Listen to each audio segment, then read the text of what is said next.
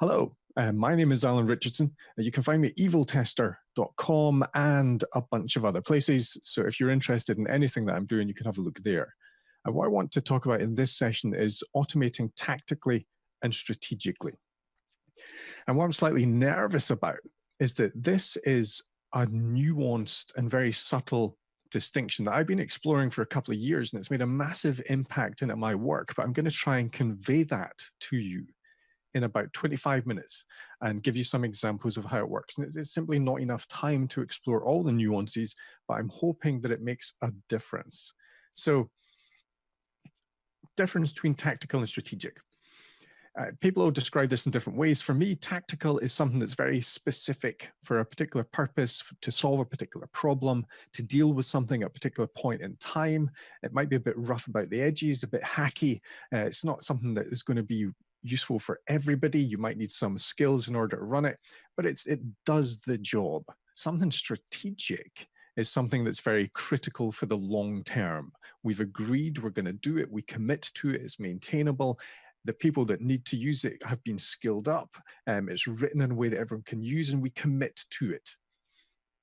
And what I've found is that with this distinction, some of the questions that we have about automating are a little bit easier to answer. So questions like, should we unit test our automated execution code? Well, it depends. But then it's, well, it depends. Are you working tactically or are you working strategically? Because if you're working tactically, more than likely the answer is no. You probably won't unit test it. But if you're working strategically, then more than likely the answer is yes. There are probably parts that you will want to make it maintainable. So we're narrowing down the discussion and we're making it a little bit easier to make some decisions about this. So I'm going to try and show you examples as we go through this. And the first example is a script generator. And this isn't test scripts or automated scripts. This is scripts that I use when I'm creating videos. And I work from a simple domain-specific language. I write my notes, I write the things I'm going to do, the things I'm going to say. And it's very linear, and it makes it easier for me to write them and edit them and review them. But it doesn't make it easy for me to present them. So when I'm presenting it, I want to have something that has the what I'm going to do on one side and what I'm going to say on the other, and I can print this out. It's nice and easy. Now, when I implemented this, and you can see all the implementation code online, I do it tactically, or at least I started tactically, and everything was a test. And this is a disabled test, which means it won't run when I try and build the system, but I can run it from the IDE. So my editor is my GUI. That's what I'm using to run my essentially application. Even though it's at test, it's an application. And initially, this was a huge single file with all the code in there, but over time, I refactored it. I put in local methods into the test class, refactored those out into objects.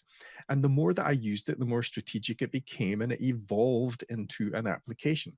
I didn't start with an application. I didn't start with a main method. I didn't even know if this was going to work. It was a tactic to get something done. But it was part of a strategic objective. So I put more time in as we went through, and now it's an application. You can download it if you want to. When I'm on Patreon, every month I create a PDF for the marketing to pool all the posts that I've done to allow people to read them offline. But this uses unofficial APIs from Patreon, right? The API that I need doesn't really exist. I use APIs in conjunction with the web GUI with direct HTTP access. I inject cookies. It's all very hacked together. I couldn't release this to other people to use because it requires some massaging to get started. But it works for me. It's a very tactical solution within a strategic aim of creating these PDFs on a monthly basis. And every time I run this, it becomes more and more automated. Initially, it output the commands that I had to run to make the PDF files. Now it executes them for me. Each time I run it, I refactor it. So there's more objects, there's more unit tests. I trust it more. It becomes less risky. And as an example, in real life, when I was working for a company, we had a third-party supplier. They were giving us an application. The application was changing very fast. Every time we received it, we would test it for 3 or 4 days, find a problem that meant we couldn't go forward and throw it back to them. So we would be finding problems after several days. And then under those circumstances, when you have an application that is changing too much, it's very buggy, what do? Well, clearly we automate it. That's the thing that we always do, yes? No, that's not what we normally do, but that's a tactic that I used to prevent us wasting our time doing the testing. So what I did is I created a model-based, very simple test script that filled in all the forms with different combinations, doing it in different orders, filling in all the data, letting this run for hours and hours and hours. And if it found a problem, then we gave the application back, showed the defect that they had. But once it had passed, then we could test more confidently that we weren't wasting our time. I'm about to go show you some code, right? And the code, again, you can find on GitHub if you want, because tactical does not mean no abstractions. Tactical could easily mean using abstractions we already have. So in this code, I have an abstraction for the execution driver. So I'm not worried about setting up the environment and configuring to it. I've got an abstraction for the site that I'm using for the URL for the environment. But the rest of the code is very specific for the ad hoc usage that I want to make. And that's what makes it tactical. It's doing something very specific. It doesn't mean that we won't have abstractions. And the more that we have tactical code and reuse it, the more we will build abstractions. But that's different from strategic code, because I suspect strategic code to have abstractions because we have committed to it. And we will have abstractions that make it maintainable, that mean we don't have to have hand-holding as we run it because there's less intermittency.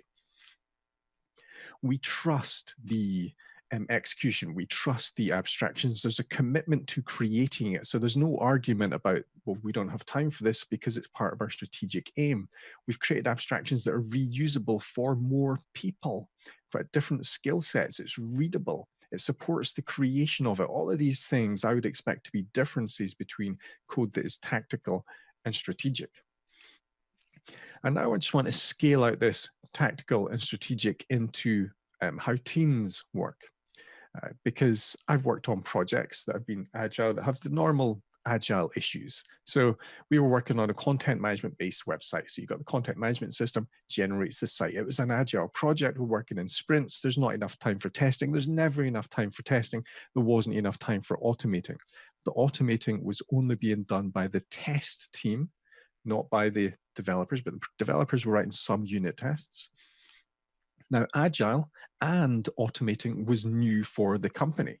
And we had taken on normal agile terminology like tech debt. So if we couldn't do the automation, it became tech debt that we're tracking. But we had the issue that it wasn't working particularly well. But we believed this is what you do in agile projects.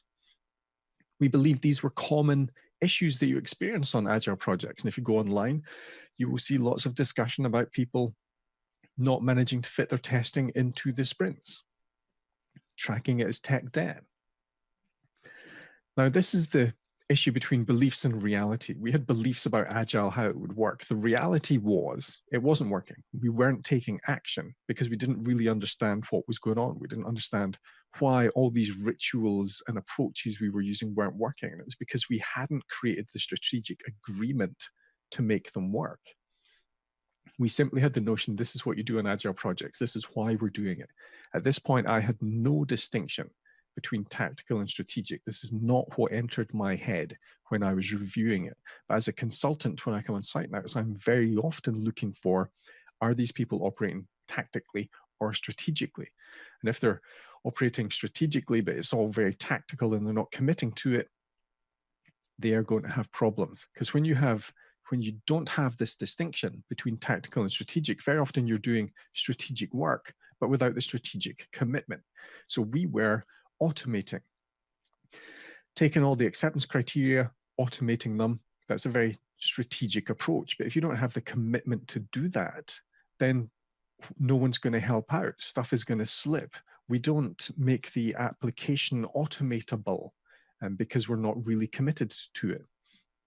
The stories were not good enough. We didn't have a definition of done. The testing was slipping afterwards because we were doing all these strategic things that you have to do in an agile process, but without the strategic commitment.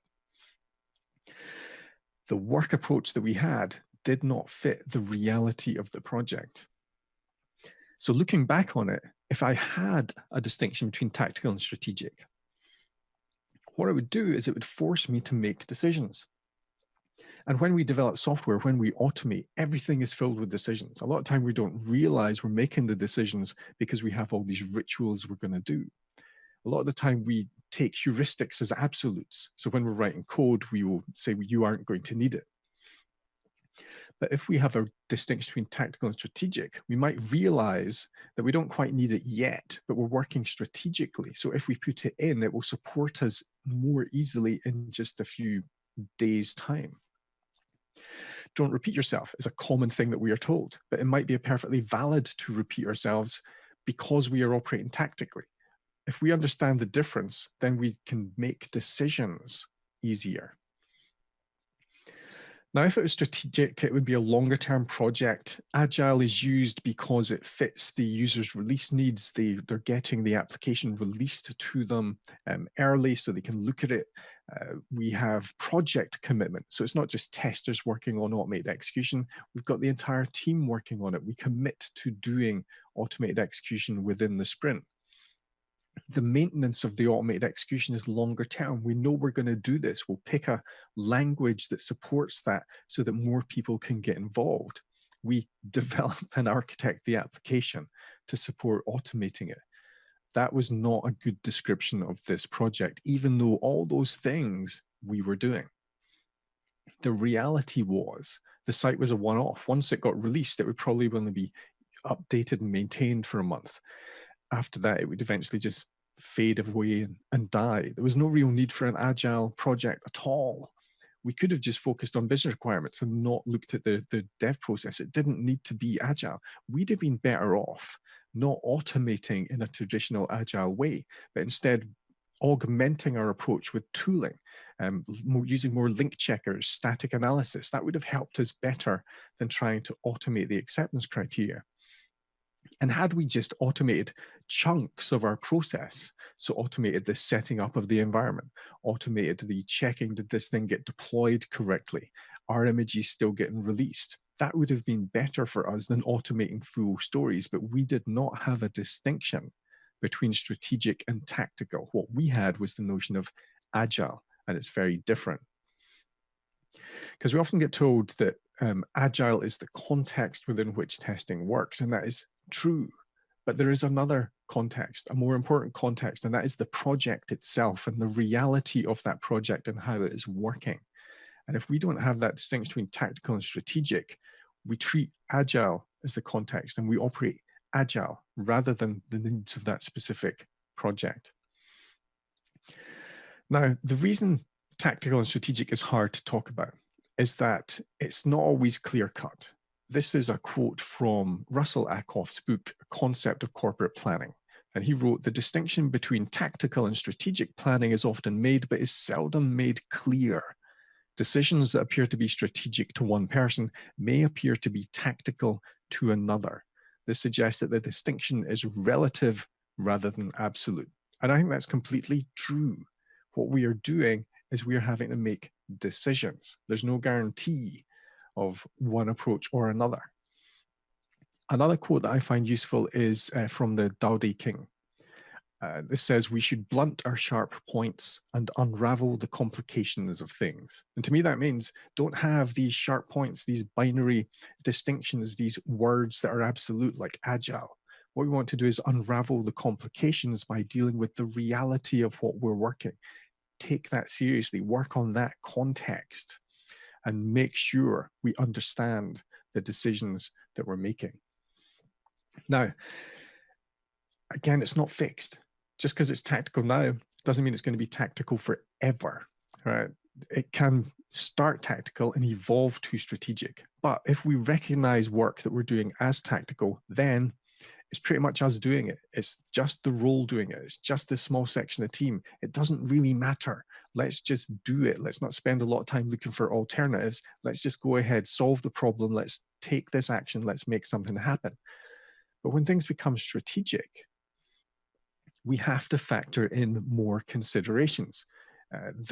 Whatever we develop, the solution we develop will last longer. It will impact more people. It will span across more systems. We have to consider more alternatives because we're committing to it longer term. It becomes more important. But working tactically can help us identify what those alternatives are going to be because we can experiment more easily. So we have this combination of tactics and strategy as we work through the project. So here's a quiz. Quick quiz. Is this code that I'm about to show you rubbish or is it tactical? Now, the problem we have is we can't tell. The code is not tactical or strategic. That's not the point. The point is, how are we using it? What is the context within which it works?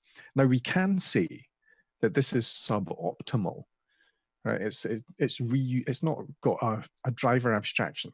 We're not using the driver across different tests. There's hard-coded URLs. This will be hard to maintain. We've got low-level WebDriver in the actual test itself. The assertions don't have readable messages. There's a whole bunch of things that make it suboptimal. But that might not be a problem, right? That would be a problem. That would be rubbish. If we had 20 tests and they all looked like this, if all our code looked like this, that would not be very good, right? Because then we would have to maintain all the test code. The URLs change, the locators change. This would be hard to maintain.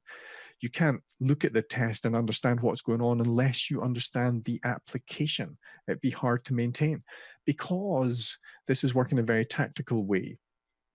It's got quite a lot of code for a very small path. If we were trying to automate larger paths, we wouldn't be able to do that in this way. It would be hard to write and hard to maintain.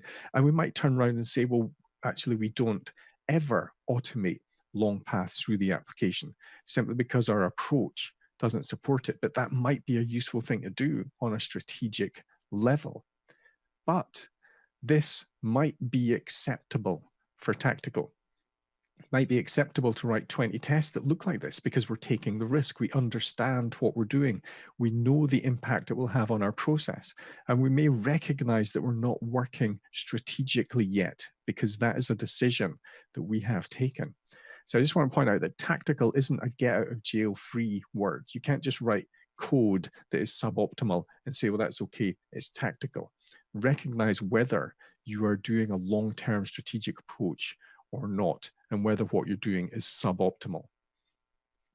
So for me, this distinction, and I've been using this distinction for a couple of years, I haven't really talked about it, but it has impacted everything that I do, and I can only show you a couple of examples throughout this talk, is that the main thing it really helps me with is it focuses my mind and it forces me to make decisions. I have to decide if I am working tactically or strategically, because there are different attitudes to the creation of the code when we're working with this. There's different attitudes associated with the tooling that we choose. There's different expectations around it.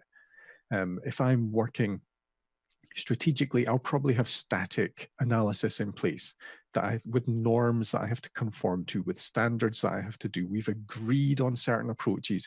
We've agreed on certain factors that have to be in our stories with the acceptance criteria. We've agreed that we'll put time in to make things happen. It changes the way we work when we recognize and make a decision between tactical and strategic. Now, I don't actually like the words tech debt. Tech debt is stuff we should have done, but we didn't because we took a tactical approach and we hope it won't bite us later. And we have to then do it later. But if we're working strategically, there shouldn't really be a concept of tech debt because tech debt is not strategic. Within a strategic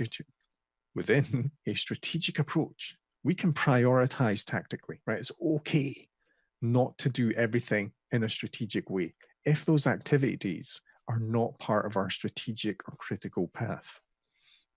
But many of them are. And it's those ones that we count as tech debt, and we have to pick it up later on. But very often we don't because it's tech debt. We've got this distinction, this binary tech debt concept and we're not actually dealing with the reality. There's a kind of belief that we will deal with this later. I try to keep this in mind. Strategic, tactical doesn't always work, but I try to keep it in mind so that if I'm writing code or doing a process, if I'm working tactically, it reminds me to delete the code, to delete that out of the code base later on. If we've written a test for a defect to check whether that defect still happens, that's probably a tactical set of code. Once the defect is fixed, we've gone through a couple of releases, we don't need that code anymore. We should delete it because it was a tactic to check whether that specific defect was fixed. Strategically, we would then refactor that code to make it better and maintainable. But if it was a purely tactical code, we would delete it. So some of the distinctions between, or the decisions we make about, should I delete this test? Should I not? Well, was it created tactically or was it created strategically? That helps us make those decisions and helps remind us that we have to actually do the work. We often talk about quality being everyone's responsibility. If that's a strategic approach, the strategy is agreed across all the systems, then quality ultimately is. Automation fails. I've seen this so many times. Automation fails when it's strategic for the testers and the testers' role, but not for the project. The testers care deeply about the automated execution, care deeply about having acceptance criteria coverage, but no one else does. It's not part of the project strategy. And then it can fail because they never get the time. We don't architect to make it work. Tactical, if we recognize that we're working tactically, then having highly skilled people look at it is really important because then they can do it faster, they can do it better, they can understand. It's not a learning approach at that point around the technology. It's actually trying to solve a problem to get the best people working on it. If we're working strategically, then we're trying to share that knowledge across the team to allow everyone to work on it. Strategic work requires more of that. Quality is everyone's responsibility. We will all work together to make this happen. So I'm going to try and finish up fairly soon so we can have questions. But the impact that this has on my work is that very often I will start with an off-the-shelf tool. Right? I will take something that solves the problem immediately. If I'm not sure, I'll find a tool that I can script or that I can customize, or I can process the inputs and outputs as JSON or XML to give me the flexibility. I will hack out something using an @test method to use a library to do something. I will experiment more. But each time I run the code, I have to revisit it and refactor it because it's becoming more strategic. The more I use it, the more strategic it becomes. Now, ultimately, this tactical versus strategic thing is a distinction to force decisions. There are nuances in there. It's not an absolute. Tactical can evolve to strategic work. And hopefully it does, because then we're not committing. One of the biggest risks people have, one of the biggest issues is committing to strategic work way too quickly without doing the experimentation to know if they're on the right path. Strategic work requires commitment. And tactics can be used within a strategy. We can use tactics to solve strategies, to work our way through, because we've got that goal, that high-level goal in mind. And it's not about abstractions. Very often people think they're working strategically because they've built abstraction layers, or they've built a framework, or they've got page objects, or whatever other patterns they're doing. It's not about the abstractions. It's about the decisions we make and the commitments that we have, and whether what we're doing is actually working for the reality of the project that we've got, not our beliefs about how it works. So just to finish up, tactical versus strategic.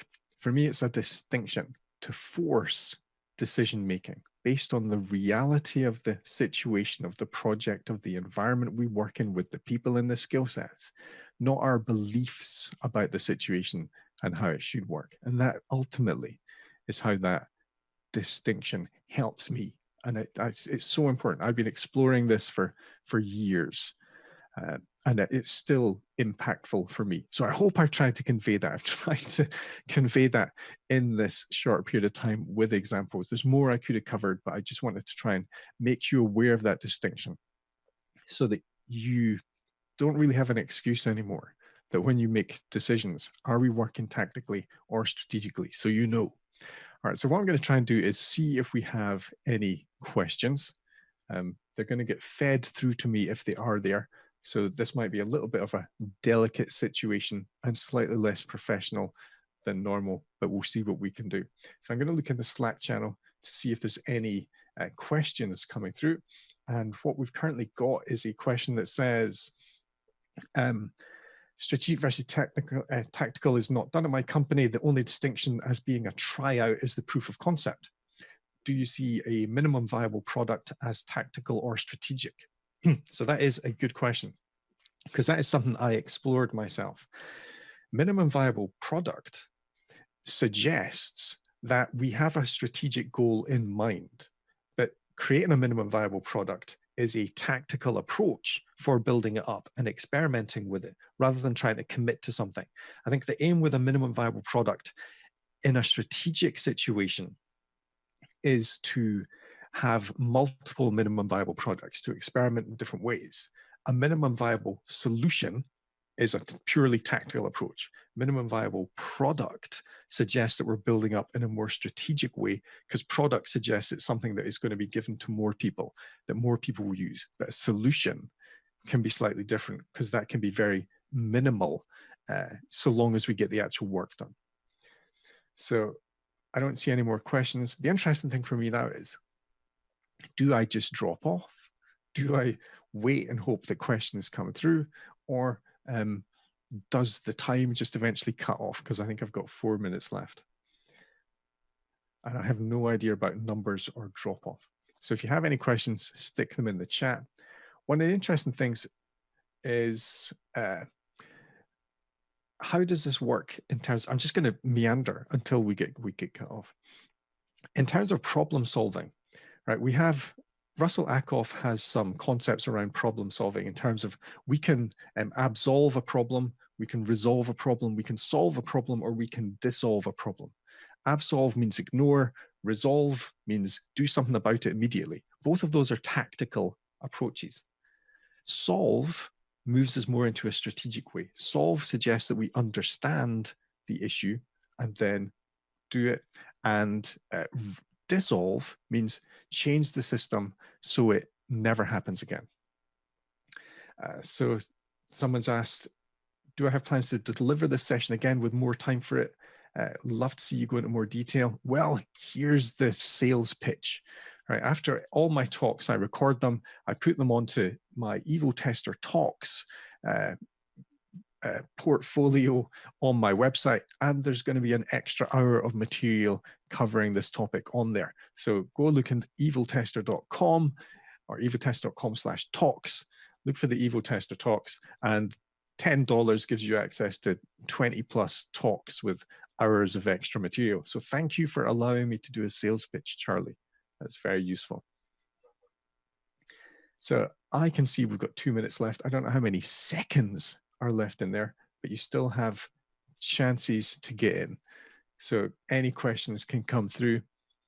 Otherwise, see, the thing is, I don't know any jokes. I would tell you jokes if I knew some, but I don't.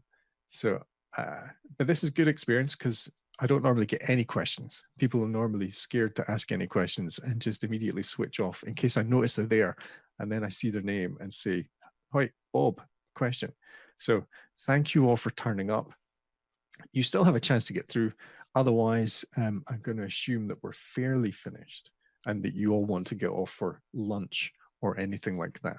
So I have multiple monitors, which is why I'm looking down there, because that's where the Slack chat is. The camera is here, mind map over there, other things going on different screens. And I think we're probably going to get cut off. So I'm just going to say thank you very much for turning up. I really appreciate it. I will answer other questions in the Slack channel, and I'll create a blog post for this because questions are coming through now and I don't know that we've actually got time to answer them. So I will answer them in the Slack channel group that we've set up for this. Once again, thank you very much for turning up. I really appreciate it. Keep the questions coming through. Instant message me, send me an email. I'll happily answer the questions there.